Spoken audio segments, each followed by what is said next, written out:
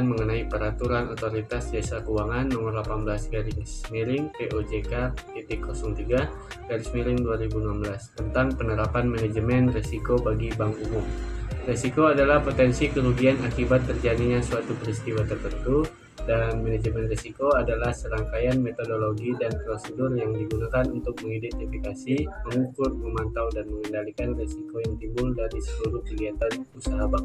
Kemudian ada risiko kredit. Risiko kredit adalah risiko akibat kegagalan pihak lain dalam memenuhi kewajiban kepada bank, termasuk risiko kredit akibat kegagalan debitur, risiko konsentrasi kredit, counterparty credit risk, dan settlement risk. Dan kemudian ada risiko pasar, yaitu risiko pada posisi neraca dan rekening administratif, termasuk transaksi derivatif akibat perubahan secara keseluruhan dari kondisi pasar, termasuk risiko perubahan harga option. Dan kemudian juga ada risiko likuiditas, yaitu risiko akibat ketidakmampuan bank untuk memenuhi kewajiban yang jatuh tempo dari sumber pendanaan arus kas dan atau dari aset likuid berkualitas tinggi yang dapat digunakan tanpa mengganggu aktivitas dan kondisi keuangan bank.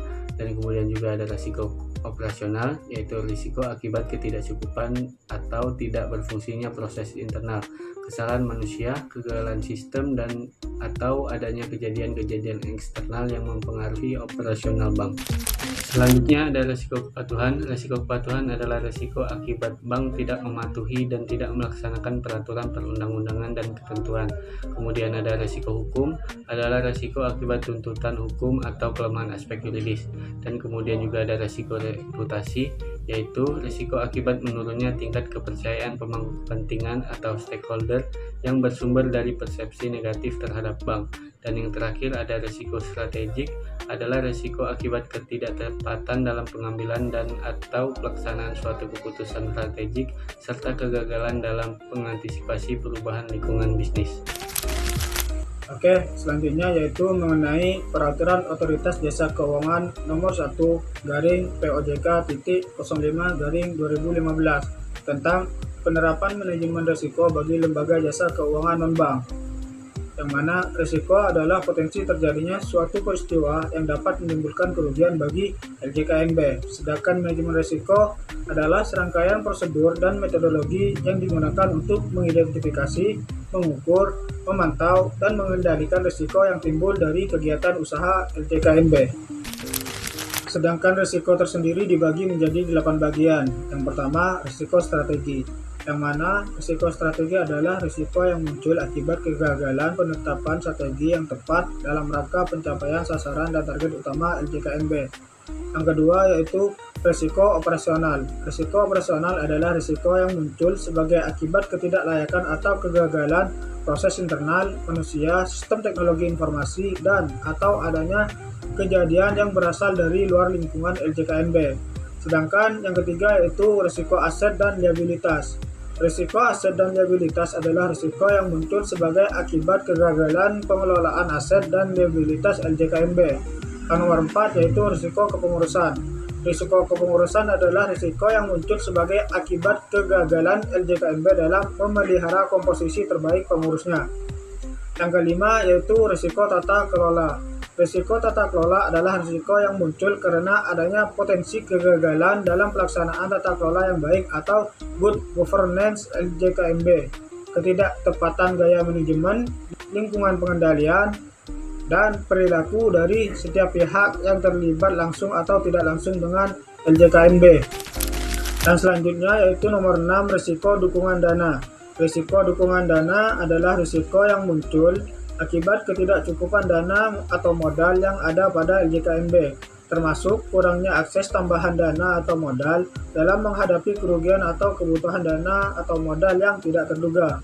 Yang nomor 7 yaitu risiko asuransi.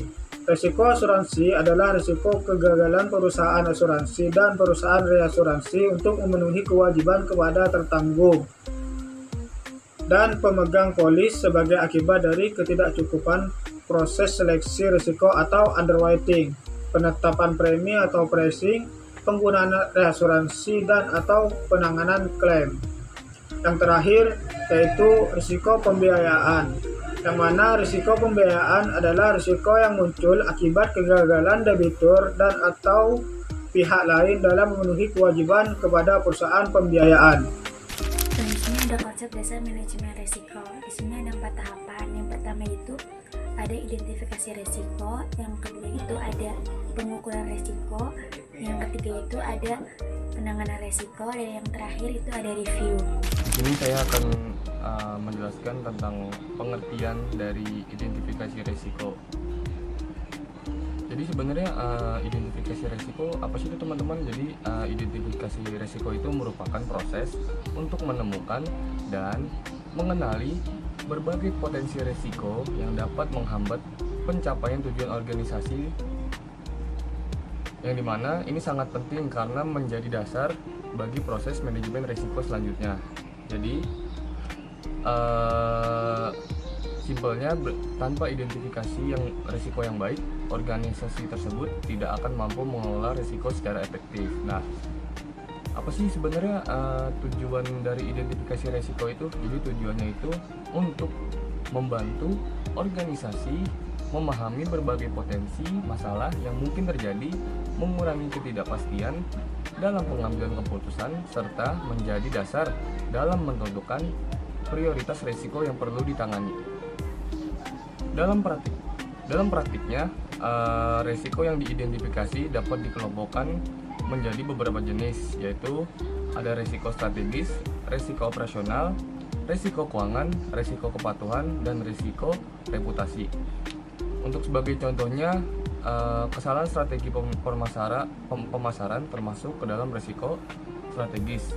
Untuk gangguan sistem produksi termasuk risiko operasional, dan keterlambatan pembayaran pelanggan merupakan risiko keuangan.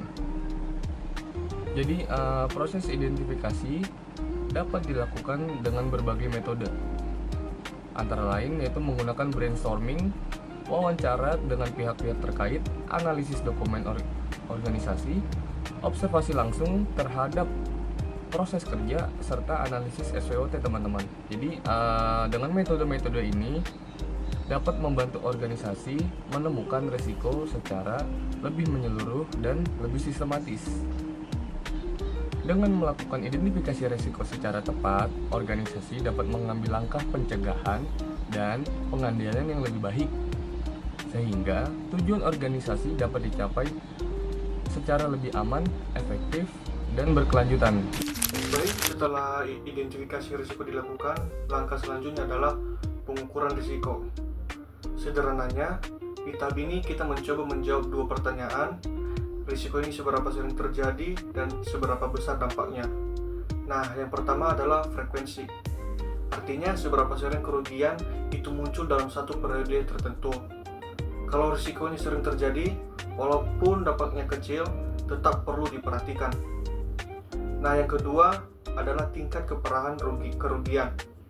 Ini melihat seberapa besar pengaruh kerugian tersebut terhadap perusahaan, terutama dari sisi keuangan. Ada risiko yang jarang terjadi, tetapi kalau terjadi dampaknya besar. Ini juga tidak bisa diabaikan. Dari pengukuran ini, perusahaan bisa tahu rata-rata kerugian yang mungkin terjadi dalam satu periode, sekaligus melihat perubahannya dari waktu ke waktu, apakah cenderung naik, turun, atau tidak stabil. Dengan begitu, pengukuran risiko membantu manajemen menentukan langkah selanjutnya, mau dikurangi risikonya, dihindari, dialihkan, atau justru diterima dengan pengendalian tertentu.